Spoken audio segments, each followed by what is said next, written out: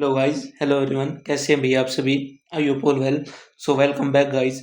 एक मंथ के बाद हमने भाई दोबारा से हमारी जो करंट अफेयर सीरीज थी ना, उसको स्टार्ट किया। जैसा कि कल मैंने आपको बताया था, मेरे 100 सब्सक्राइबर कंप्लीट हो गए हैं। तो उसके रिलेटेड मैंने भाई दो तीन और चीज़ें स्टार्ट की हैं, और वो सभी आपको कहाँ मिलेंगी भाई, इस यूपीएससी सिंप्लीफाइड बाय नितिन वाले चैनल पे। जो भी यूपीएससी से रिलेटेड कंटेंट है ना, जो भी सब्जेक्ट हैं, जो भी क्लासेज हैं, वो सभी आपको यहाँ पे मिल जाएंगी। क्लासेस तो आपको यहाँ पे मिल जाएंगी, और क्लासेस के बाद जो नोट्स की बारी आएगी ना, नोट्स का भी मिलेंगे भाई। ये हमारा टेलीग्राम चैनल, यहाँ पे आपको मिल जाएगी पीडीएफ। पीडीएफ किस चीज़ की भाई, मेरे एक तो मेरे क्लास नोट्स की, एक और हिंदू की मैंने अभी आपके पास शेयर कर दी है भाई, और क्लास नोट्स की आपको बाद में शेयर कर दूंगा। एज वेल एज जो भी यूपीएससी से रिलेटेड जिस भी सब्जेक्ट के आपको नोट्स चाहिए ना, तो उसका मेरे पास आप मैसेज कर दिए। एज वेल एज भाई कमेंट करो ना, तो मेंशन किया करो कि मुझे इस सब्जेक्ट के नोट्स चाहिए। एक ने भाई कमेंट कर रखा खाली नोट्स, तो भाई किस सब्जेक्ट के नोट्स प्रोवाइड करवाऊँ भाई मैं। और मेरी जो क्लास नोट्स हैं वे आपको यहाँ पे मिल जाएंगे भाई। क्लास के मैं तुरंत बाद इनको यहाँ पे अपलोड कर दूंगा भाई। हम क्या करेंगे भाई, इस सीरीज में जो भी इंपॉर्टेंट करंट अफेयर होंगे ना, उनको 10 मिनट में, मतलब 10 से 15 मिनट में कवर करने की कोशिश करेंगे भाई। जो भी न्यूज़ होंगी ना, जो भी हाईलाइट न्यूज़ होंगी, उनको सारे को फोकस करेंगे। और इसके बाद आपका काम क्या रह जाएगा भाई, इसके बाद काम रह जाएगा भाई आपको स्टैटिक पढ़ना है। स्टैटिक के लिए जो हमारी पॉलिटी की सीरीज है ना, वो हमारी अल्टरनेट डेज पे चलेगी। एज वेल एज ज्योग्राफी भी हम जल्दी स्टार्ट करेंगे भाई। सो आपके सपोर्ट के लिए भाई बहुत ज़्यादा थैंक यू, बहुत ज़्यादा भाई। क्योंकि मैंने है ना 0 से स्टार्ट किया था, और अब 100 पे पूछ गया हूँ भाई। 100 के बाद अब 1000 पे पहुँचाने का नंबर भी आपका ही भाई। आप ही को सपोर्ट करना, मेरे कंटेंट में कोई कमी नहीं आएगी भाई कभी भी। कंटेंट मेरा टोटली भाई, आप अगर मैच करके देखोगे ना, मैं आज के क्वेश्चन बता दूंगा, और एज वेल एज सब 2026 में क्वेश्चन वहाँ से आए हैं भाई। तो कंटेंट में आपको कोई कॉम्प्रोमाइज़ नहीं मिलेगा, बस आपको भाई सपोर्ट बनाए रखना है भाई। आज का हमारा सबसे पहला है रेयर अर्थ एलिमेंट। जो भी कुछ मोस्ट इम्पोर्टेंट है ना, वो है ये रेयर अर्थ एलिमेंट। क्योंकि अब सारा टेक्नोलॉजी का ज़माना है, और टेक्नोलॉजी में क्या यूज़ होते हैं भाई, हमारे मिनरल्स यूज़ होते हैं। सो मिनरल्स के बिना हमारा कुछ नहीं है। तो जो हमारा 2026 वाला प्री था ना, जो प्री था 2026 वाला, उसमें भी डायरेक्ट क्वेश्चन आया था हमारा रेयर अर्थ एलिमेंट से। उसका स्क्रीनशॉट मैं आपको भेज दूंगा भाई। और मैंने ये 2000 पहले ही पढ़ाया था, मेरी जो प्री सीरीज थी ना, प्री सीरीज में मैंने रेयर अर्थ एलिमेंट पढ़ाए थे। मैं आपको कोई प्रूफ नहीं देना चाहता, आप देख देख सकते हो प्री सीरीज जाके। सो क्या भाई न्यूज़ ये है कि जो हमारी क्वाड की मीटिंग चल रही है ना, क्वाड की मीटिंग चल रही है, उसके साइलेंस हमने है ना, जो हमारा यूएसए है, उसके साथ जो the on the silence of 11th Quad Foreign Minister meeting, India and the US on Tuesday firmed up an important framework on cooperation in ensuring steady supplies of critical minerals। जो critical minerals की supply होती है ना, उसके regarding हमने जो framework है ना, वो बनाया है। और ये एक बेहतरीन मूव है, जो कि चाइना की एक्सपोर्ट कंट्रोल है ना क्रिटिकल मिनरल में। जो आपने पीछे देखा होगा कि ट्रंप ने सभी के ऊपर टैरिफ लगाए थे भाई, लेकिन वो चाइना पे जब टैरिफ लगाने गया ना, चाइना पे उसने टैरिफ लगाए, तो चाइना ने काउंटिंग पार्ट में जो उसकी क्रिटिकल मिनरल्स थे ना, उनकी सप्लाई को रोक दिया भाई। तो चाइना के पास अब क्या पावर है भाई, चाइना के पास उसकी खुद पावर है जो क्रिटिकल मिनरल्स है। चाइना के पास क्या है भाई, क्रिटिकल मिनरल्स। जो क्रिटिकल मिनरल्स का भंडार है ना, वो किसके पास है भाई, चाइना के पास। और इन पे ना एक क्वेश्चन आया था 2026 के प्री में, कि जो चाइना है ना, वो माइनिंग में सबसे ज़्यादा टॉप पे है। नहीं भाई, माइनिंग में नहीं है, वो प्रोसेसिंग में सबसे ज़्यादा टॉप पे है। क्योंकि चाइना के पास टेक्नोलॉजी इतनी फास्ट है कि वो प्रोसेसिंग करता है भाई क्रिटिकल मिनरल्स की।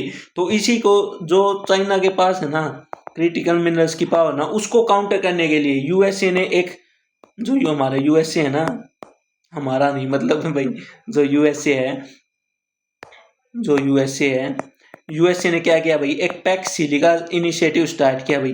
पैक्स सिलिका का इसमें जिक्र है, और मैं आगे आपको बताऊंगा भाई पैक्स सिलिका क्या है भाई।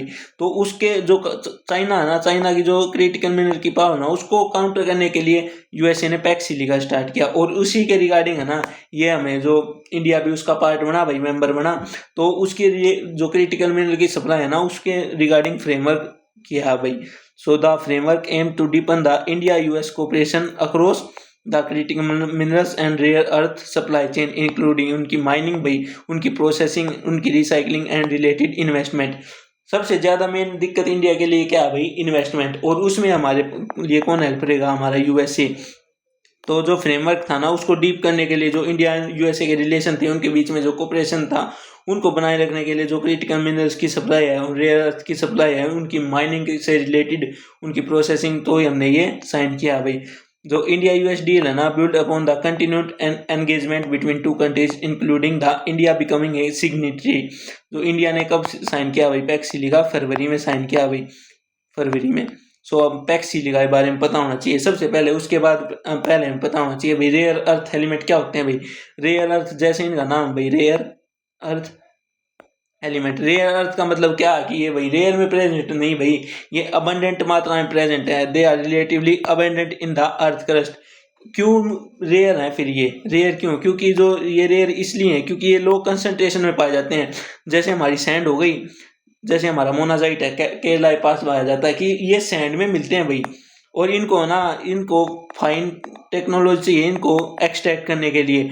सो इंडिया के पास है ना वो टेक्नोलॉजी नहीं है, इसीलिए इनको ना रेयर अर्थ एलिमेंट कहते हैं। हर एक देश के लिए, जितने भी देश है ना हमारे पास, जितने भी देश हैं, सभी देश के लिए जो रेयर अर्थ है ना वो अलग अलग हो सकते हैं। जैसे हमारे लिए जो इलेक्ट्रिक व्हीकल में जो वे क्रिटिकल मिनरल यूज होते हैं वे हमारे लिए इंपॉर्टेंट हो सकते हैं, यूएसए के लिए वो कोई और रेयर अर्थ हो सकता है, एज वेल एज जो हमारा चाइना है उसके लिए कोई और रेयर अर्थ हो सकता है। तो ये कंट्री टू कंट्री डिपेंड होता है भाई। रेयर अर्थ किस चीज़ में यूज होते हैं, एक तो भाई मैग्नेट में यूज होते हैं, जो इलेक्ट्रिक व्हीकल में सबसे ज़्यादा नीड है हमें, जो नेट जीरो हमें अचीव करना है ना 2070 तक, तो उसके लिए जो हमें इलेक्ट्रिक व्हीकल है ना उसको बनाना बहुत ज़रूरी है। और उसको बनाने के लिए हमें हमारे पास क्या चाहिए भाई, मिनरल चाहिए। कौन से मिनरल भाई, क्रिटिकल मिनरल चाहिए। और क्रिटिकल मिनरल के किसके पास भाई, चाइना के पास।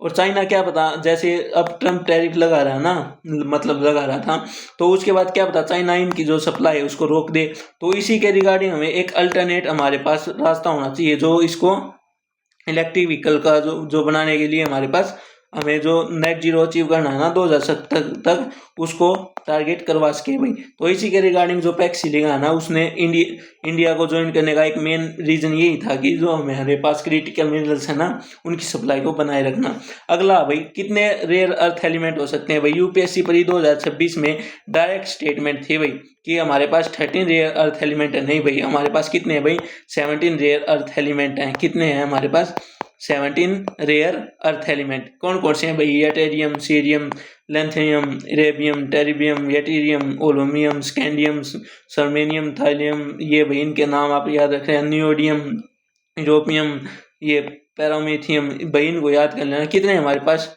13 है भाई। यहाँ से डायरेक्ट क्वेश्चन आगे ही बन सकता है भाई। कितने हमारे पास, 17। यूपीएससी पर 2026 में क्या मेंशन था भाई, 13 नहीं, गलत स्टेटमेंट है। और उस क्वेश्चन का नाम है, मैं टेलीग्राम पे आपको फोटो भेजता हूँ भाई। क्या भाई, ये पैक्स लिखा, India join the US led global tech alliance. क्या भाई पैक्स लिखा है ना, एक अलायंस है 8 कंट्रीज का, मतलब 8 प्लस कंट्रीज तो इसमें बढ़ती जाती हैं। इन्होंने सब ने, इसका मेन एम है काउंटर चाइना। चाइना की जो क्रिटिकल मिनरल की डिपेंडेंसी है ना उसको, चाइना को काउंटर करने के लिए जो हमारे ट्रम्प साहब है ना उन्होंने पैक्स सिलिका बनाया है, और इंडिया ने इसका ज्वाइन कर लिया भाई। कौन कौन सी कंट्री ज्वाइन है, global network, India join allies, Japan हो गए भाई, सिंगापुर हो गए, नीदरलैंड, ऑस्ट्रेलिया, यूएस, यूके। देख रहे हो ये सभी किस पे डिपेंड है भाई, चाइना पे डिपेंड है। और खुद का एक बनाने के लिए इन्होंने पैक्स सिलिका को ज्वाइन किया भाई। अगला भाई हमारा Indo Pacific maritime surveillance collaboration initiative भाई, ये न्यूज में था क्योंकि जो क्वाड की मीटिंग चल रही है ना, जो हमारा क्वाड ग्रुप है उसकी जो मीटिंग चल रही है ना, इसके रिगार्डिंग ये 2-3 जो इनिशिएटिव है ना वे न्यूज में थे। सबसे पहला भाई Indo Pacific maritime surveillance collaboration किसके द्वारा स्टार्ट किया था भाई, ये क्वाड ने स्टार्ट किया था। इसका मेन एम क्या था भाई, इसका मेन एम था जो डायरेक्ट शिपिंग होती है ना, डायरेक्ट शिपिंग क्या होती है भाई इसको मैं आगे बताऊंगा। और एक तो जो इंडो पैसिफिक रीजन है ना, जो पैसिफिक रीजन है, जो पैसिफिक ओशियन है, उसमें जो पैसिफिक ओशियन हो गया एज वेल एज जो हमारा इंडियन ओशियन हो गया ना, उसमें जो चाइना के इन्फ्लुएंस है ना, चाइना को टारगेट करने के लिए ज़्यादातर जो यूएसए के इनिशिएटिव है ना वो सारे किसको टारगेट करने के लिए भाई, चाइना को काउंटर करने के लिए। जैसे हमारा पैक्स सिलिका हो गया, एज वेल एज ये Indo Pacific maritime surveillance collaboration initiative, ये भी किसके लिए है भाई, ये किसके लिए भाई, ये हमारा जो चाइना है ना उसको टारगेट करने के लिए, क्योंकि जो चाइना है ना वो इंडियन ओशियन में भी आ रहा है as well as Pacific Ocean में भी आ रहा है। इसके रिगार्डिंग आप मोनरे डॉक्ट्रिन पता होगा भाई। मोनरे डॉक्ट्रिन क्या था भाई, यूएसए का लेड डॉक्ट्रिन था, जिसमें जो भी अगर कोई भी पैसिफिक ओशियन में आता है ना, जो भी चाइना यूएसए की तरफ आता होगा तो उस पर यूएसए डायरेक्ट अटैक करेगा। एज वेल एज आप क्यूबा में देख सकते हो, जब क्यूबा में ऑयल की सप्लाई कम हुई ना तो रशिया ने अपने ऑयल के टैंकर वहाँ पे ऊपर सप्लाई कर दिए, और उन्हीं को स्टॉप करने के लिए जो रशिया है ना, जो यूएसए है उसकी जो मिलिट्री है ना, उसने क्यूबा को घेर लिया था भाई। तो ये हमारा इसका कोर इनिशिएटिव क्या है भाई, इसका कोर इनिशिएटिव है इसका कॉमन ऑपरेशनल पिक्चर, मतलब कंबाइंड सैटेलाइट जो रडार के होते हैं भाई, जो ट्रैकिंग डाटा होता है वो क्रिएट रियल टाइम होता है भाई। NS domain awareness segment the Indo Pacific partnership maritime domain करता है भाई। रीजनल कैपेबिलिटी बिल्डिंग, मतलब जिन देश के पास टेक्नोलॉजी नहीं है ना उन देश के पास टेक्नोलॉजी प्रोवाइड करवाता है भाई। सबसे पहला हो गया भाई डार्क शिपिंग। क्या होता है डार्क शिपिंग? ये होता है भाई शिप में है ना जो ऑटोमेटिक आइडेंटिफिकेशन सिस्टम होता है, जो रडार से बचने के लिए ना उसको ऑफ कर देते हैं भाई। ये कब होता है भाई? ज्यादातर जो भी इलीगल माइनिंग, जो इलीगल शिपिंग करते हैं ना, जो भी इलीगल एक्टिविटी होती है उनको कंट्रोल करने के लिए जो ऑटोमेटिक आइडेंटिफिकेशन सिस्टम होता है ना शिप का, उसको ऑफ किया जाता है। क्यों ऑफ किया जाता है? कि जो भी इलीगल एक्टिविटीज होती है ना सी के अंडर, मतलब डीप सी में जो भी इलीगल एक्टिविटी होती है, जैसे भाई कोई भी सबमरीन होगी वो वहां से जा रही, कोई भी शिपिंग हो गई तो उसको ऑफ कर देगा ताकि उसकी जो लोकेशन ना वो ट्रैक ना हो पाए। तो इसी को क्या कहते हैं भाई? हम डार्क शिपिंग कहते हैं। अगला भाई हमारा Indo Pacific maritime domain awareness. ये किसने भाई? ये भी क्वाड ने स्टार्ट किया था। इसका मेन एम क्या था? To enhance maritime security. जो मैरीटाइम सिक्योरिटी है ना उसको एनहेंस करने के लिए, कहाँ पे भाई? टेक्नोलॉजी के as well as training support provide करके। इसके ऑब्जेक्टिव क्या है भाई? Comprehensive system for monitoring and securing maritime activities in Indo Pacific. Indo Pacific में क्यों? क्योंकि वहाँ पे चाइना का इन्फ्लुएंस है। चाइना को काउंटर करने के लिए जो भी यूएसए के लेड इनिशिएटिव है ना वो सभी चाइना को काउंटर करने के लिए, क्योंकि अब जो यूएसए का विरोधी है ना, क्योंकि रशिया तो खत्म हो गया भाई, रशिया के अलावा कौन बचता है? चाइना। चाइना ने जियो पॉलिटिक्स में अपनी जो पहचान बनाई है ना उसी के रिगार्डिंग जो यूएसए उसके तरफ एक स्टेप ले रहा है भाई। इसकी सिग्निफिकेंस क्या है? ये भी भाई जो हमारी डार्क शिपिंग होती है ना उसको काउंटर करता है भाई। अगला हमारा एनसीडी। एनसीडी के रिगार्डिंग एक न्यूज में ज्यादातर मेंस के रिलेटेड टॉपिक है भाई। मेंस में आप इसको लिख सकते हैं, जिनका प्री क्लियर हो जाए ना तो एनसीडी पे वैसे ही क्वेश्चन आ सकता है भाई। तो इसके ये आप प्रेजेंट का डाटा लिख सकते हो भाई। क्या डाटा भाई? India youth mortality profile is shifting now NCD. Non communicable disease क्या होती है भाई? ये जैसे हमारी कैंसर होगी, जो भी कार्डियोवास्कुलर डिजीज होगी ये, और ये क्यों होती है भाई? Being cause by 60% of all death in 2024।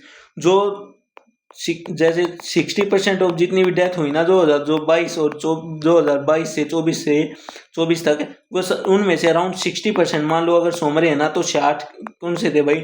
60 थे जिनमें एनसीडी थी। एनसीडी क्यों इंक्रीज हो रही है भाई? एक है ना, एक पॉइंट है मैं आपको बताता हूँ। This was increase 7.3% point compare to 2015 से 17। मतलब 15 से 2000 जो साल 15-17 था ना उससे जो 7.5 जो 7.3 है ना वो परसेंटेज वो इंक्रीज हो गया भाई। As well as analysis shows that NCT cardiovascular disease alone accounted 32.1% of all death. जो भी कार्डियोवास्कुलर डिजीज है ना, कार्डियोवास्कुलर कौन सी डिजीज होती हैं? जो हमारी हार्ट की डिजीज होगी ना उनको हम कार्डियोवास्कुलर डिजीज कहते हैं। मतलब अराउंड 32% जो हमारी डिजीज जो डेथ है ना वो कार्डियोवास्कुलर डिजीज के कारण हुई है। Health expert note that heart related illness are increasingly affecting adults in their 30s and 40s। सबसे मेन बात ये है कि जो which matter the age group of work force, जो हमारे 30 से 40 के बीच में एडल्ट्स है ना उनको जो एनसीडी है ना ये बहुत ज़्यादा मात्रा में हो रही है। क्यों हो रही है? इनका मेन रीज़न क्या है? इनका मेन रीज़न है हमारी एक तो कॉर्पोरेट लाइफस्टाइल, एक हमारा इसका मेन रीज़न क्या है भाई? इसका मेन रीज़न बता मैं आपको क्या है भाई। जो हमारा एनसीडी है ना ये हमारे जो यूथ है, जो हमारे अडल्ट हैं, जो हम और आप हैं, इनमें ज़्यादा इंक्रीज हो रहा है। क्यों इंक्रीज हो रहा है? इसका मेन रीज़न क्या है भाई? इसका मेन रीज़न है हमारी जो फिजिकल एक्टिविटी है ना, जो क्या कहते हैं, एक तो हमारा लाइफस्टाइल ऐसा हो गया। क्या हमारा? एक तो हमारा लाइफस्टाइल ऐसा हो गया भाई। लाइफस्टाइल मतलब जैसे हम यूपीएससी की तैयारी कर रहे हैं भाई, आप में से कितने जने क्या कहते हैं भाई फिजिकल वर्कआउट करते हैं भाई? फिजिकल वर्कआउट मतलब सुबह उठ के भाई थोड़ा जल्दी उठ लो, 1 घंटा आधा घंटा थोड़ा लेट पढ़ लो, बट हमारा जो बॉडी है ना वो सबसे पहले इंपॉर्टेंट है हमारे लिए। अगर यही नहीं होगी तो पढ़ोगे कहाँ से? तो यही मेन रीजन है। एक तो हमारा लाइफस्टाइल, एक हमारा जो कॉर्पोरेट लाइफस्टाइल हो गया सबसे मेन इम्पोर्टेंट, एक हमारा स्ट्रेस। स्ट्रेस क्यों भाई, जैसे हम भाई कॉर्पोरेट 9 to 5 वर्क करते हैं भाई, 9 to 5 तो कहने कहने में रह गया, पूरी रात पूरा दिन वर्क करते हैं भाई, ऊपर से उनका प्रेशर इतना होता है। मैं खुद भाई सेल्स में काम करता हूँ, मैं एक MR की जॉब करता हूँ भाई, उन इतना प्रेशर रहता है भाई सेल्स का, ऊपर से बहुत ज़्यादा प्रेशर रहता है। मैं फार्मास्यूटिकल सेल्स में काम करता हूँ भाई, तो इनका इतना प्रेशर रहता है कंपनीज का, तो मैं खुद टाइम नहीं दे पा रहा भाई, खुद टाइम नहीं दे पा रहा। इसी का मेन रीजन है कि जो हमारी ये NCD है ना, जो नॉन कम्युनिकेबल डिजीज है, वो हमारे यूथ को अफेक्ट कर रही है भाई। सो मैं सबको ये बात कहता हूँ कि भाई अपना फिजिकल वर्कआउट किया करो, क्योंकि इसके बिना कुछ नहीं है। कितना पढ़ लोगे भाई, अब UPSC 2026 देखा था आपने, UPSC 2026 देखा था, क्या कर दिया UPSC ने भाई, बच्चों को समझ में नहीं आता क्वेश्चन कहाँ से है। उसके रिगार्डिंग भाई मैंने 2-3 शॉर्ट भी डाली है, आप देख सकते हो। तो भाई सबसे पहले हमारी बॉडी, जो हमारा शरीर है ना, वो स्वस्थ होना चाहिए, तो हमें फिजिकल वर्कआउट करना चाहिए भाई।